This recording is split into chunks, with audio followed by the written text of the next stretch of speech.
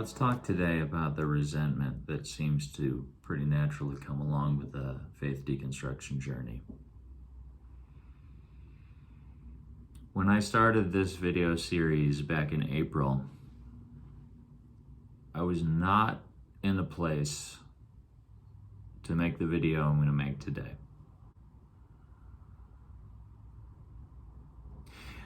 And just to take a step back before even getting into the thick of this, it's compelling to me how that a person can carry so much hurt on deeper levels that generally don't come to the surface, even sometimes with closer friends. Whether they would identify those as traumas or otherwise. It's interesting how many pleasant interactions and conversations you can have with someone without maybe even getting a clue as to deeper things that they've been through. You could know someone for years and not know hardships that they've gone through. And if you don't go looking for those things or snooping or asking in conversation about those things, they may stay hidden for a long, long time. Again, even if you reach a point where you consider yourself to be close with that person. And I think the same is true for things like a faith deconstruction journey, because there's a lot of things that people generally seem not to want to bring up if they know that it's going to be a downer, if it's going to dampen the mood. A lot of times people seem to want to keep things light and fluffy. And of course, the problem with that is that by trying to maintain that state of just pleasant conversation, we end up reinforcing the idea that there's never a good time to bring up what's really going on. Never a good time until it becomes so heavy that it becomes like that thing we've seen in cartoons and TV shows where people pack a closet so full that it finally just explodes and everything tumbles out. That's not a good situation to set yourself up for if you can find any way to mitigate the stressors that lead up to that. And one of the ways we mitigate it is by actually talking about things. So part of that process in making it okay to talk about some of these things, in my mind, includes giving a window as to what the steps in the process even were from the inside. I would say there's never been a major shift in my spiritual life that has been simple or easy. When I reached the point of being sure that the Baptist church I'd grown up with was functioning from a spiritual paradigm that was short-sighted, to me, significantly and severely short-sighted. Because, to summarize in review, to me it was having a form of godliness but denying the power thereof. Having this structure, this framework, this idea of who God was and how we should serve him, but not having this sense of connection. It felt sorely lacking in the areas of having power, love, and a sound mind. It seemed like those were where the big holes were in the framework. Good at keeping up appearances, but not so good at heart transformation. And so that first major shift spiritually in my life brought its own disillusionment and a certain form of resentment, because I found myself recognizing that all I'd had to work from was what I'd been given. And my perspective at that time was that I had allowed people to lead me when they themselves couldn't see what they were looking at, or had perhaps even willfully blinded themselves to certain things that were plainly there in the scriptures that they claimed to build their lives around.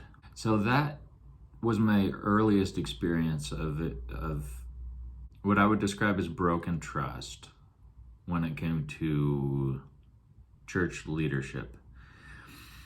It wasn't to the point that I was unwilling to try again, but it was to the point where even as I started to lay down roots in a new place, in a new kind of church environment, I was aware of my own difficulty in trusting church leadership, and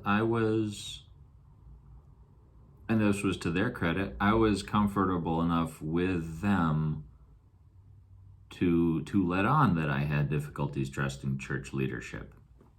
So that next stretch of the road for me was, a lot of it was positive. A lot of it was positive experiences. And as a brief aside, I have a feeling there's a lot that I still have to unpack from that chapter of my life when I was in the second wave, I could say, of my spiritual journey, going from Baptist to like non-denominational charismatic. I think there's a lot from that period that I haven't begun to unpack. The same way it was hard for me to pick a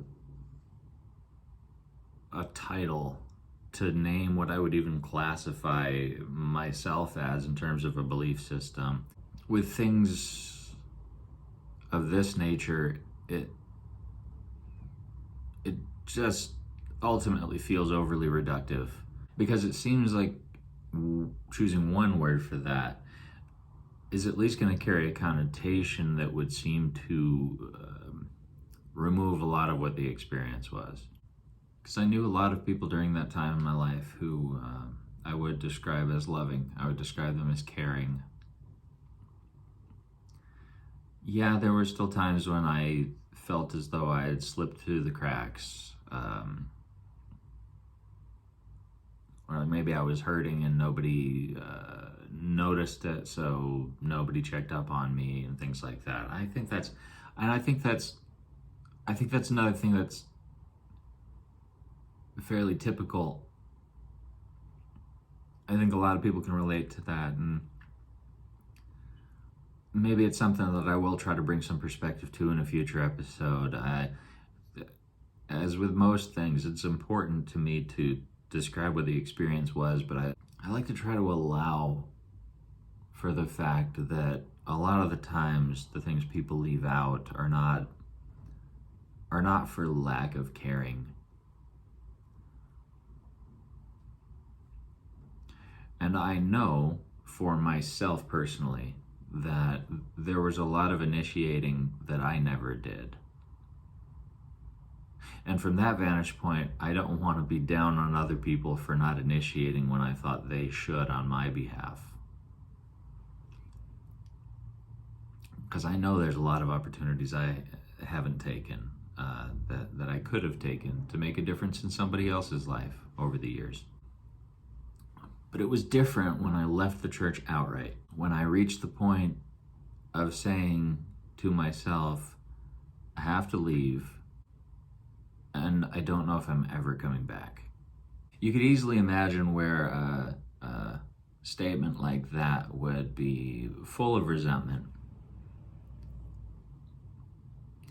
I don't know that it automatically has to be full of resentment, but at least to carry a sense that something is broken that can't be fixed, or that you can't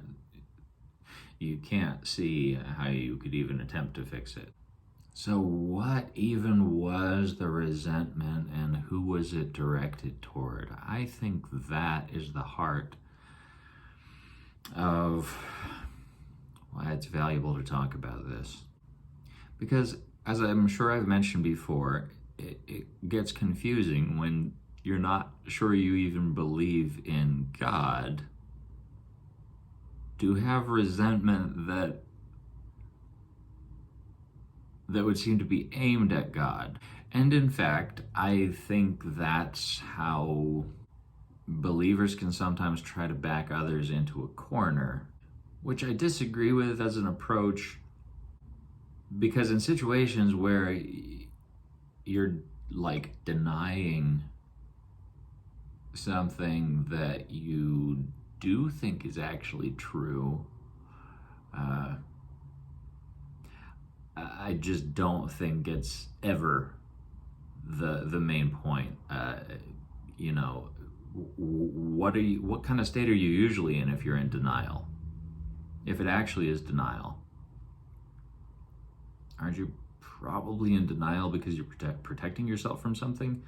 Whether or not the truth of the matter is that there's a loving God. If you're denying that there even is a God, isn't it more likely that that has to do with you having a firmly planted and anchored association made in your mind and heart that says, this being that you're telling me to trust is a being that I know I can't trust?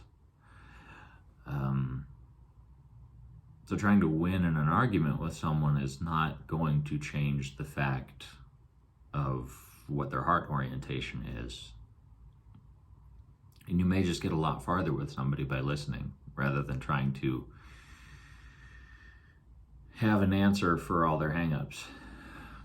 At the end of the day, your answer is not going to be what settles their nerves, if they even come around to your perspective at all.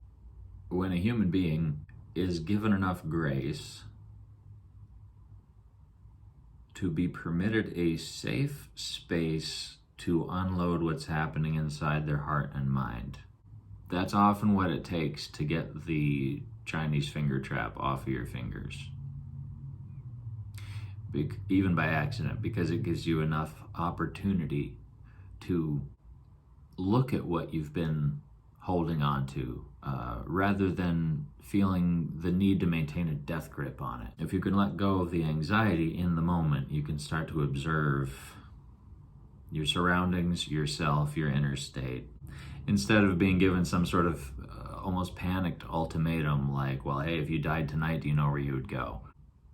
So this is another one of the episodes that's difficult for me to talk through, and it would be even more difficult if I tried to plan it out ahead of time.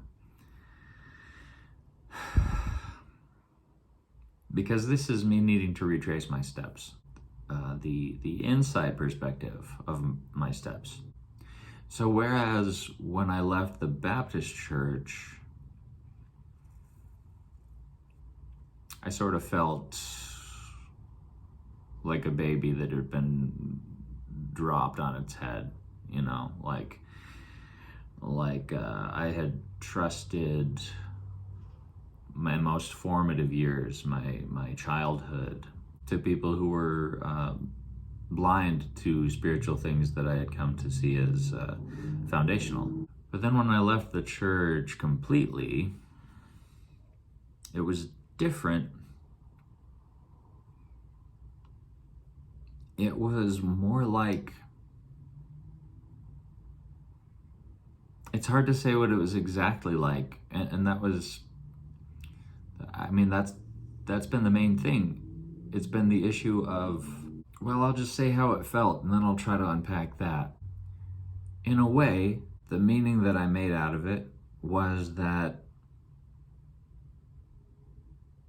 there seemed to indeed be a God, but that simultaneously I seemed to be one of the unlucky contestants who just wasn't eligible to get in the game. Like there was this sense of there being a personal savior, and that the savior was there for others but not for me. And as I've probably said before, this came with a lot of moments over the years that left me just trying to find some other hidden door in the wall, some other option that I hadn't thought to pursue yet, some other angle that I hadn't looked at this from. I have a long history of getting stuck in puzzle games, like video games. Like I'd have a strong start and then I'd get stuck, and it would be hard to progress any further. And while it did feel like that, it also felt very wrong for it to feel like that. Because what you will hear in the evangelical church is that the gospel is so simple a child can understand it. But then in practice,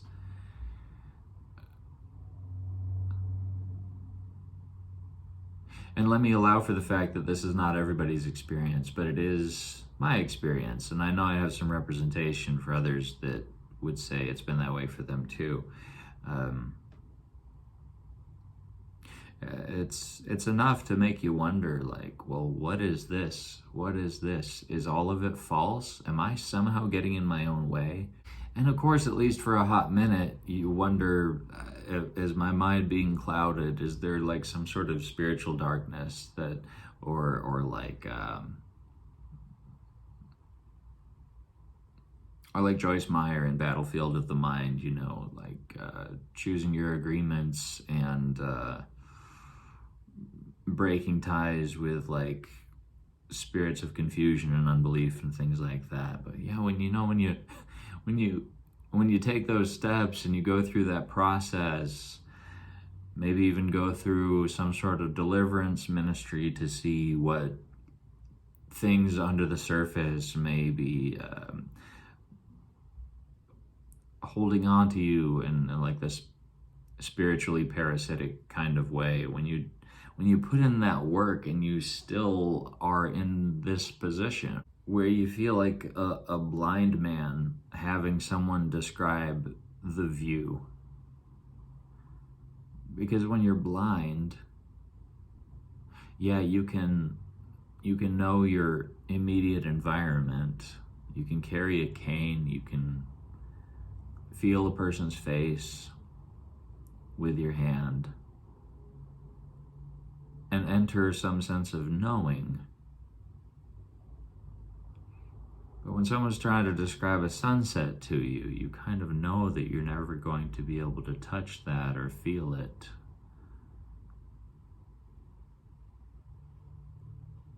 You can just hear about it and assume that what people are telling you is actually real.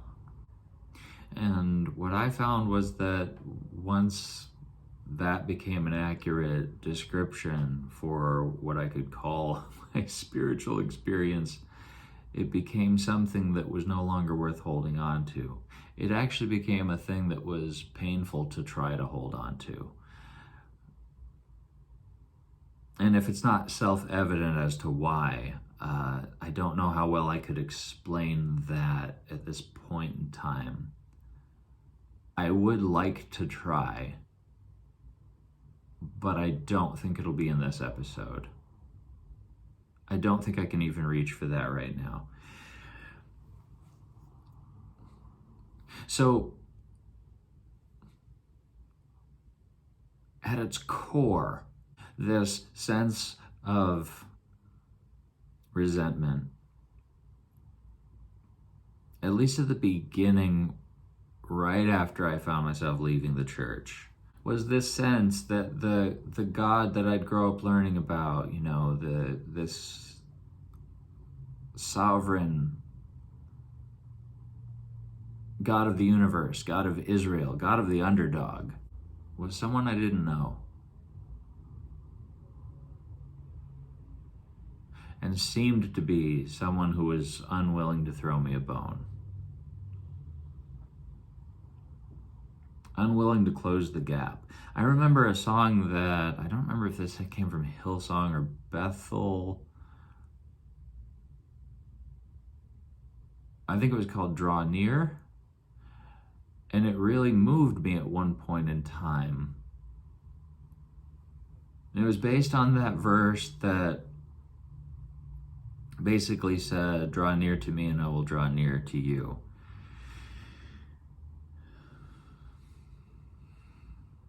Because there was a time when I was able to believe in that being a spiritual reality. And there was a lot of comfort in that for me. It's a very beautiful song too. And so to be in a tender meditative state, when you can receive what that song says, it can be a great comfort. You know, when people are going through hard things, it's a great comfort to be able to believe that there's someone looking out for them, someone who will work all things together for good. And I'm not here to ultimately say that that is true or that it isn't true, but it hurts to believe it for a long time and then have to really wonder if it amounted to anything more than just a nice story you tell yourself so that you don't have to believe that the universe is random. But there was more resentment as time went on. Actually, a lot of anger. Anger having to do with feeling unprepared in the most general sense, like feeling unprepared for life, feeling a void where there should have been a more intimate sense of leadership and mentorship in my life. You know, in a way, feeling thrown into this whole thing, this world, this life, this experience, without real guidance as to how to make my way in it. Maybe that sounds like it's coming out of nowhere because of course I had a lot of practical teaching. And if you grow up learning the Ten Commandments and these other things, you know, there are of course a lot of good principles that, as I've said before, will kind of keep you out of trouble. You learn enough practical wisdom that you are going to connect your choices in the moment to the consequences that they could lead to in the future. And I don't want to diminish that because it is valuable. For myself, it was more a mix of sort of grieving that sense of how small my world was and how I'd been conditioned to keep it small. A mix of that and the fact that I didn't have anything that I personally could hold on to substantiate this idea that any of what we've been taught actually held water. And part of why I'm making this episode now is that I have lately